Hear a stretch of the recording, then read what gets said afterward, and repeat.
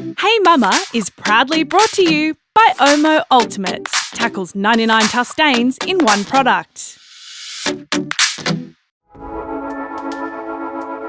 Research says as the mother of a household, we're generally the gatekeeper for all our family's food and nutrition and exercise. How do you use that power? Well, it's hard. It's hard to keep up the good stuff. Yeah. It's so hard sending your kids off to school with a beautiful packed lunch and all your daughter wants is a Vegemite sandwich with white bread and a packet of chips because that's what her friends are eating. And That's what I sent for lunch today with my kids. I'm the same. I started off, with multigrain and heaps of fruit and et cetera, and now I pack them Vegemite, white bread sandwiches, white biscuits. Like sometimes a lunchbox just looks white. yeah.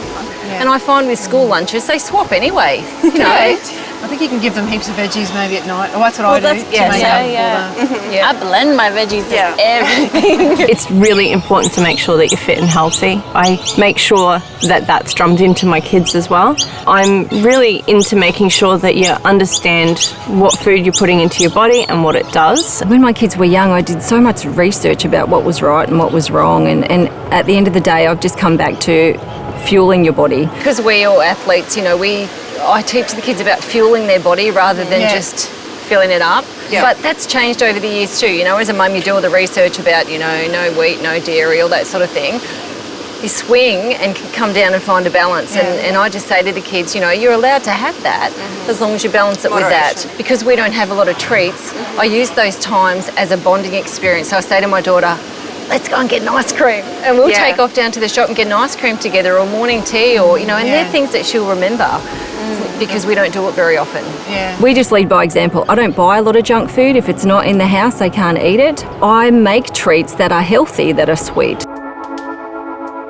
Really, that's what it is teaching your kids what it is, what it does to your body, whether you need it as a fuel or a treat, and making good food decisions. Yeah. With all the food and nutrition and exercise and then coming into winter, do you think that helps your families stopping to get sick? My son doesn't like sugar, sweet food at all. Okay. Whereas my daughter is like me, she's a sugar addict. So, and she gets sick a lot more often than what he does. Yeah. Because the germs just feed on the sugar. Yeah. And I would agree with that too. Really? Yeah, and so that's where, as much as they do eat well, and, we always give them the vitamins and garlic and all those natural things that we actually opt for, she will always get a bug. If we get it as a family, she'll get it worse. And I put it down to the diet. Yeah. But also, like a healthy body bounces back so much quicker. So if you've got all the nutrients on board and you've become sick, it's not going to drag out for weeks on end where you feel lethargic afterwards. Yeah. And, you bounce back a lot quicker. Sleep is really important. For me, that's probably almost Definitely. my number one thing for our kids.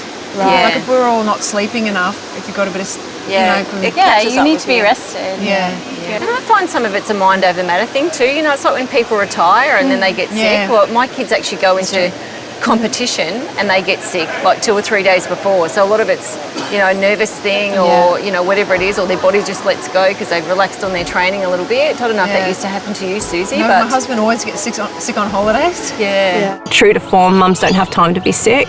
Someone taught me a few years ago about the aeroplane technique. Like when an aeroplane's going down, the first thing you've got to do is put the mask on your face before your kid's face, because otherwise you're useless to your child.